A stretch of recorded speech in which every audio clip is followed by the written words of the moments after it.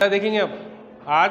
सुनो इधर, पल्लवी, क्वेश्चन है आज का, बोहर की, बोर नॉट बोहर, बोर की स्थायी कक्षा में इलेक्ट्रॉन के वेग का व्यंजक ज्ञात करो। बोर की स्थायी कक्षा में इलेक्ट्रॉन के वेग का व्यंजक ज्ञात करो। वेग का क्या ज्ञात करना है? के वेग का व्यंजक, ठीक है ना? किसका व्यंजक ज्ञात करना है? देखो बच्चों, यहाँ सब अपन समझ लेंगे कि जैसे ये बोहर का परमाणु मॉडल में अपन ने बताया ये नाभिक है। क्या ये नाभिक है? और नाभिक में यहाँ पर कौन होता है? इसका आवेश, और यहाँ इलेक्ट्रॉन जो है इस पर आवेश कितना है? माइनस ही है। यहाँ कितने वेग से गति कर रहा है? v वेग से गति कर रहा है। कितने वेग से गति कर रहा है? v वेग से गति कर रहा है। तो क्या लिखेंगे? माना m द्रव्यमान का, कितने द्रव्यमान का? m द्रव्यमान का इलेक्ट्रॉन परमाणु नाभिक के चारों ओर, परमाणु नाभिक के चारों ओर कितने वेग से? v वेग से गति करता है। v वेग से गति करता है, ठीक है ना? कितने वेग से गति कर रहा है? v वेग से गति करता है। तब इलेक्ट्रॉन पर लगने वाला अभिकेंद्री बल कितना आएगा? F बराबर mv² बटा अभिकेंद्री बल, ठीक है? अरे अभिकेंद्री बल समझ में आ रहा है? तथा नाभिक के कारण, नाभिक के कारण कहाँ पर, किस पर? इलेक्ट्रॉन पर लगने वाला बल, इलेक्ट्रॉन पर लगने वाला बल कितना आएगा? F बराबर 1/4 पाई एप्सिलॉन नॉट ZE² बटा R²। इसको समीकरण कौन सी दे दें? ठीक है, अब क्या करेंगे? समीकरण एक वह किससे बच्चों? 2 से। यहाँ mv² बटे R 1/4 pi epsilon not ZE² बटे, तो R से R कट जाएगा, v² बराबर 1/4 पाई एप्सिलॉन नॉट ZE² बटे RM, या v बराबर कितना आ जाएगा? √1/4 pi epsilon not ZE² upon RM। यही इलेक्ट्रॉन का नाभिक के चारों ओर वेग का व्यंजक है। बताइए, हो गया? हाँ, और कहाँ से लाओगे? अगला प्रश्न क्या था?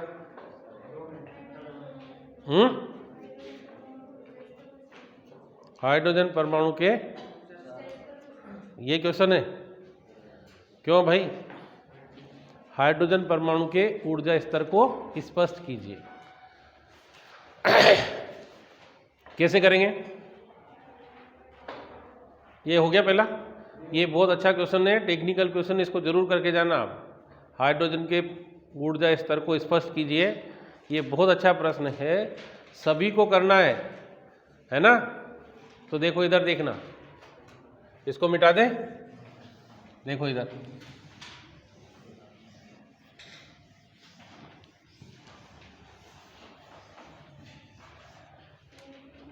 कैसे करेंगे? हाइड्रोजन, पहले प्रश्न क्या था? पहले बोलो, यहाँ पर लिखना पड़ेगा। हाइड्रोजन, ये क्वेश्चन बैंक के प्रश्नल करा रहे अपन सारे। किसके करा रहे?